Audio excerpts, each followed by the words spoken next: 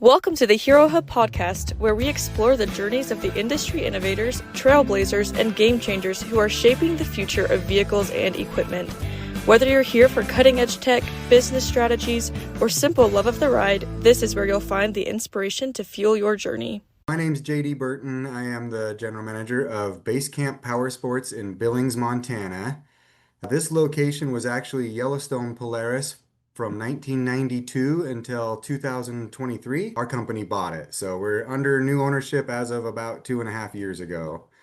There's 3 oil refineries within about 20 minutes of town, so that's one of the major industries here. We have the Beartooth Mountains within about an hour and a half or so. And then also the Bighorn Mountains down in Wyoming are about 2 hours away.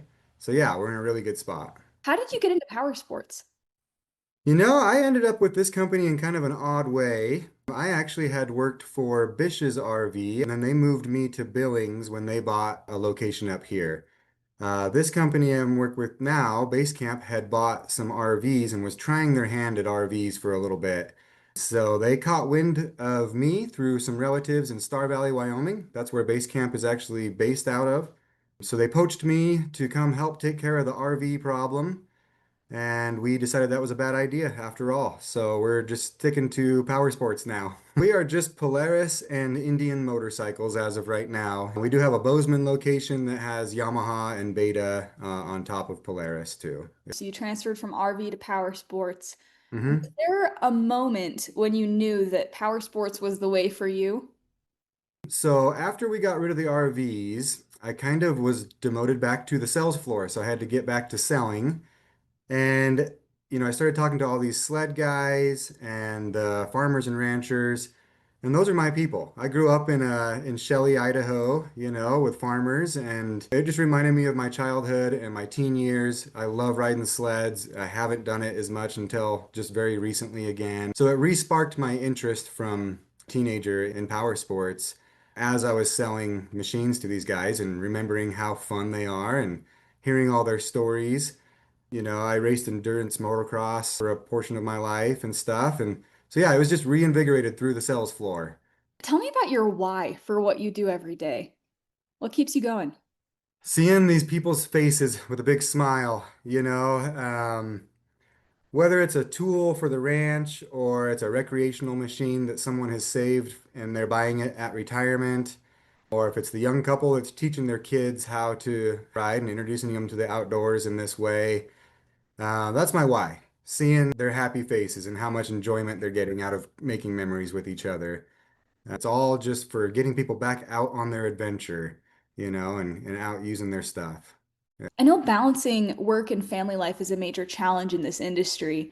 How do you do it? What's your take?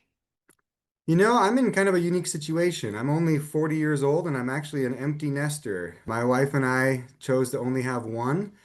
So at this point in our lives, we don't have kids to worry about. Ours is in college. We just have the dogs and us, and my wife and I are very close. We love the outdoors. So really our spare time is just an extension of what I do every day at work. We go ride side by sides and dirt bikes and sleds and ski and snowboard, and I'm kind of living in a fantasy in a lot of ways. And to have that in common with your wife, that she enjoys it too. That's awesome. What's something that people don't see behind the showroom floor? This is something I have to think about often, especially lately. So just all the work it takes to get this stuff sellable. You've got pictures for the website, you've got marketing efforts, you've got networking efforts with different groups in town, especially with the motorcycles. There's a lot of riding clubs and motorcycle clubs we have had to get familiar with. Just how much legwork it takes just to make stuff sellable. There's so much that goes in the background as far as receiving in the parts department, and returning things and, just inventory management altogether. Just to open our doors in the morning every day, there's been already a lot of effort to make it ready. They have constant shop maintenance and keeping the tools up in there and just keeping the operations going. It's just like any other business where there's really a lot that goes on just to keep the doors open. How have you made all of those processes run smoothly? Well, that's the key, is just having good processes. We strive to have our processes be as mindless as possible. We need to be focusing our efforts on the concerns of the customers and getting them what they need and want out of our services. So our processes should be mindless. So having very, I wouldn't say rigid, but just very strict standard operating procedures as far as, yeah, checking those machines in, putting them in an inventory, getting pictures on the website, that needs to be as streamlined as possible. If you could go back and give your past self one piece of advice, maybe when you were just starting out, what would you Mm. say? Follow your hunches when it comes to talent. Always be recruiting. There's been a few regrets when I've met a waitress or waiter or a guy at the parts counter at O'Reilly's or AutoZone who you see an extreme talent and I've hesitated to approach them. You need to always be recruiting. The dealership only functions if we have a really strong team. There's no way that only a couple people can run a dealership, especially this size. We're not huge, but we're not small either. So always be recruiting, always follow your hunches when it comes to talent. Sometimes you can only ask so many questions in an interview to get a feel for people. You have to kind of use your spider senses, I guess, sometimes. Some people just have it, I guess. It's hard to describe it, but just that self-motivated drive, people have it or they don't. And when you recognize that, you need to jump on it. It's time for hot takes. One controversial power sport question, one raw answer. No time to think, just real talk. I came from a world in the RV industry that was extremely regimented, and I started feeling somewhat robotic. What I think is special about our dealership is that we have a good mixture between strong financial support and that good, genuine mom and pop feel as far as how we execute customer service. So I'd argue that some dealers are all about volume and just putting the pedal to the metal and trying to milk every last penny out of every customer. I think there's a happy medium that's more towards the mom and pop mentality that can be more successful, because it's all about that repeat and referral business and those long lasting relationships. And it's a community. Power sports is a community. These are people that are trying to hang out with their families and create all these memories.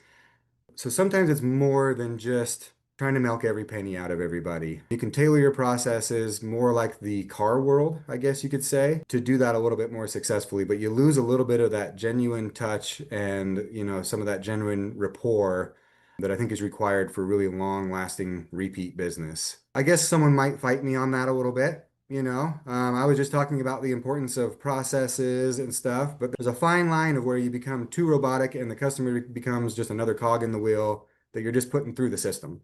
You can lose touch with what you're really trying to accomplish. Back to my why of we're trying to make people smile, you know. Yeah. How do you keep that alive? Is there a thing that you teach your team? You know, um, we have a poster in our break room that describes how important it is for our attitudes to control how we react to the things that we can't control. It's much more thorough than that, but that's kind of a quick summary. We can only control so many things. So what determines our attitude is kind of how we react to those things. We have a lot of control over our attitudes. That's kind of our mantra around here, I mean, I have this kind of relentless positivity about me as a person. It's somewhat natural, and so I just try to spread that throughout the building every day. I make a point to go through and talk to everybody every day, see how their weekends were, make sure they have popsicles when it's 100 degrees out in the shop. Just making sure we're all, on the same team and going for the same goal. We need to control our attitudes. We can't control certain things, but we can control how we react to them. Okay, tell me a little bit about your experience with Hero Hub 20 groups. I want to hear what kind of difference that's made for you.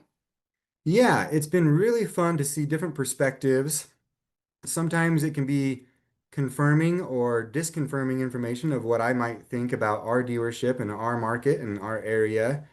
So it's good to have some outside knowledge to glean from. What are other dealers seeing in positive ways? What are other, what's the market calling for right now? You talk about electric vehicles and some of the things that are kind of shaking that up a little bit. And in our area, some of the trials we have with the cold and electric vehicles in particular. But yeah, I mean, yeah, the experience has been great to also see where do we fit with everyone else. I come from the RV industry. Industry standards are completely different as far as sales volume, as far as parts revenue, as far as shop hours. I've noticed quite a few quirky things about power sports and the shop and different pay plans. It's not everybody's on flat rate. And that's not necessarily the goal in power sports, it doesn't seem. That's a different mentality than a lot of other industries and dealers. Yeah, power sports is a unique little niche, and it's really great to just talk to people who are part of that community already and learn from them. So my experience has been great so far. It's fun to see different little pockets and how the markets can be a little different, or the demographic creates a different market. So yeah, there's quirky little differences in how we approach people on the sales floor because of that too. You can Mhm. build rapport in a different way because of those differences. Tell me about some changes you've seen in the industry since you started. What's maybe one of the most notable ones? Yeah, I mean, I've only been in power sports really for a couple years, but I grew up riding sleds back in the 90s and dirt bikes and stuff. Just the technology as a whole. Industry has grown and come so far from GPS, satellite guided navigation systems on all these machines to just the chassis and the way these things handle compared to how they used to. I'll never forget my dad when he bought the 97 700 RMK. That was after the XLT were the most dominant sled. And he got off of it that first day that he rode, and he said, I don't think they can get any better. There is no way that they'll become more capable than this. And that thing's like riding a cardboard box around now. We've got machines that are $50,000 now, and it's Yeah. still an off-road toy. So it's also been interesting to watch how the consumers have changed. We were seeing side by sides at the fair, probably in the mid 2015-ish era, somewhere in there. They crested 20 grand, and I was like, who's gonna buy this stuff? $20,000? That's crazy. Here we are at 50, and people are still buying them. So where's the cap? I'm curious to see at what point the sales numbers will start to decline, I guess. Okay, last question here. I want to hear a memorable customer story that's really stuck with you. Probably the most memorable as of late is we have a customer who bought two of the newest Ranger 1500s from us. He has a farm down in Graybull and kind of a ranch. He's not memorable in a fun way, to be honest, but it's kind of funny because he is extremely rough on his stuff. Mm. His machines are in our shop on a regular basis. I think he's blowing through his farm fields at 60 miles an hour and just going through ditches. And one of those machines, I think it was $15,000 worth of repairs this last time it was in here. So that's memorable. The majority of that was covered under Polaris's warranty, which is a testament to how willing they are to stand behind their product because he is abusing his machines, but that's a different topic. But yeah, so he's probably the most memorable just because he's put 10,000 miles on these machines between the two of them at least, and just a little over a year and a half or so. So he's memorable from a standpoint of extraordinary repairs, I guess you could say. Completely broke a shock. Blew right through the hood, the mounting for it did. But I would say probably the most memorable, good, happy experience recently was on the Indian motorcycle side. We had a couple who bought a his and hers matching bikes. So one was white, one was red, but same exact bike. It was the first time they had owned motorcycles and were just getting into street riding. So it was really memorable from the point of view of, okay, we helped these guys strengthen their marriage, create memories, and now they have a new hobby. We see that kind of thing regularly. That kind of thing will happen very often. And so those are the ones that are the most fun to remember and be a part of. And we were telling all the other customers because they pre-ordered them and they were sitting on the showroom for probably a few weeks. So we were telling a whole bunch of other customers about how it was a his and hers and the cute couple from Wyoming, and that kind of thing. Well, thank you so much to our guests for joining us today, and a huge thank you to our listeners for tuning in. I hope you found today's conversation insightful and inspiring. If you enjoyed the show, be sure to subscribe, leave a review, and share it with others in the powersports industry. We're excited to see you at the next one.